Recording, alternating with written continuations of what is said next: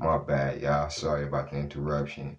So, dude hop out the car and he asked me a shifty ass question. He asked me, did I know somebody that stayed in that neighborhood? So me, I'm not knowing the person that he talking about. Here's where I made my mistake. Never turn your back on somebody. And I turned my back for a split second to ask the person that I was with if they knew who the fuck this cat was talking about. Before I know it, I'm getting rushed. By this time, I'm trying to recuperate. I feel a punch. Next thing I know, I'm swinging on the first dude that got out the car. Next thing I know, I feel one fist, two fists. By this time, I'm getting packed out. The motherfuckers that I was with ran and some more shit.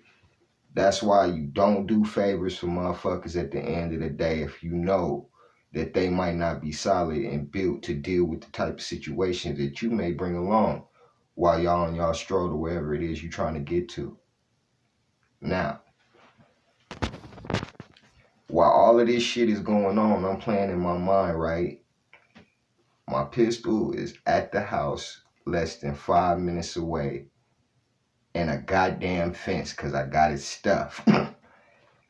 Had to keep it in the fence. When you a nigga that's out there, you gotta think kind of crafty, trying to hide the motherfucking strap from moms. Best method I could find at the time was to put it inside the brick wall.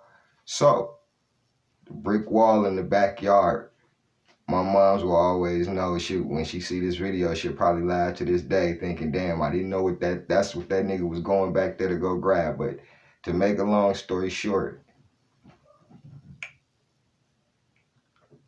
by this time I get up off the ground, they retreat, they get back in the car, they skeet off. Of course, you know me, being the type of nigga that I am, I wanted blood after that. But I had to look at it, and before it was over with, I ended up walking all the way home in the dark, covered in blood. And I looked down at my motherfucking wife beater, and my beater looked like I bought that shit red. I go to the motherfucking hospital, get stitched up or whatnot, because I had cuts all over my face. Still, if y'all can see through the camera, you probably see the scars to this day from that experience. And that's the reason I'm giving y'all these motherfucking videos, so that at the end of the day, you don't fuck yourself off and become a casualty in these streets. So, I said all of that to say this. That was one experience that I had. Now, you know me, automatically get back is a must. But I had to think from a bigger head. I wanting to get 2 seconds of some get back for some shit that happened to me personally behind the fucked up lifestyle that I'm living. For one, could have cost me my life, but because of how personal the shit was, it could have took people away from me that are very close to me that I love with all my motherfucking heart. And y'all know who y'all is. I ain't gonna do too much talking because this was a real live gangsta ass situation. Much love to y'all. But now, with this being said, since it has something to do with Sureños, I wanted y'all to know that just because you might not see a heavy presence don't mean that they are not around. And I'm going to be real honest with you. I have to give it to all of my Hispanic gangs, whether you Sureño, whether you born right here on this soil, screaming out 702, I got much love for all of y'all. Keep pushing through these motherfucking hoods. Keep doing your thing. If you got to hustle to get your money, do what the fuck you got to feed your family. At the end of the day, I'm trying to. This video right here ain't to promote no hate. You know what I'm saying? I got love for all of my Hispanics. All of my children are Hispanic, half and half. So with this being said, this was no disrespect to try to aim towards the Serranos or the Hispanic race, period. Because I love y'all. But this was a story. Somebody asked me to tell the story for story time, so I'm giving y'all one fresh and authentic. This is just one of many living out on the south side. Well, really, I'm going to call it the strip area, borderline Naked City. I had situations over there where literally it was just me, a 20 gauge, and a motherfucking musket.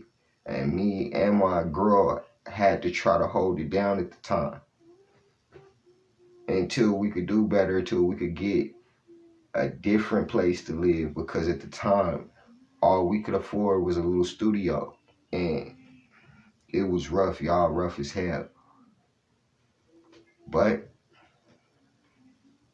time done speeded up. That was over 10, 12 years ago.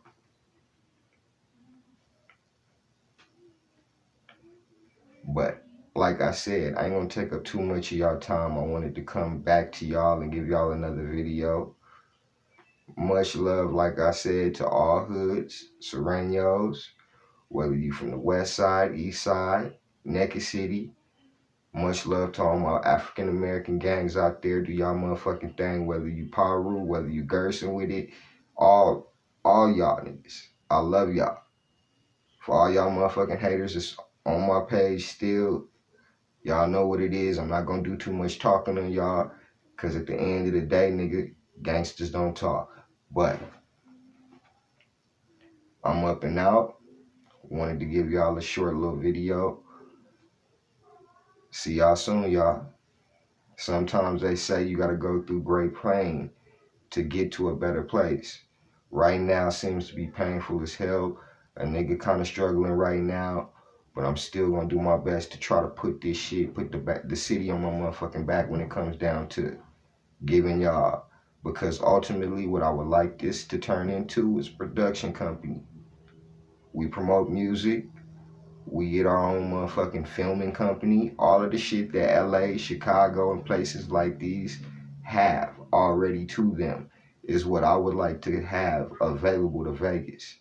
And I'm finna try to pave the way to make this shit happen.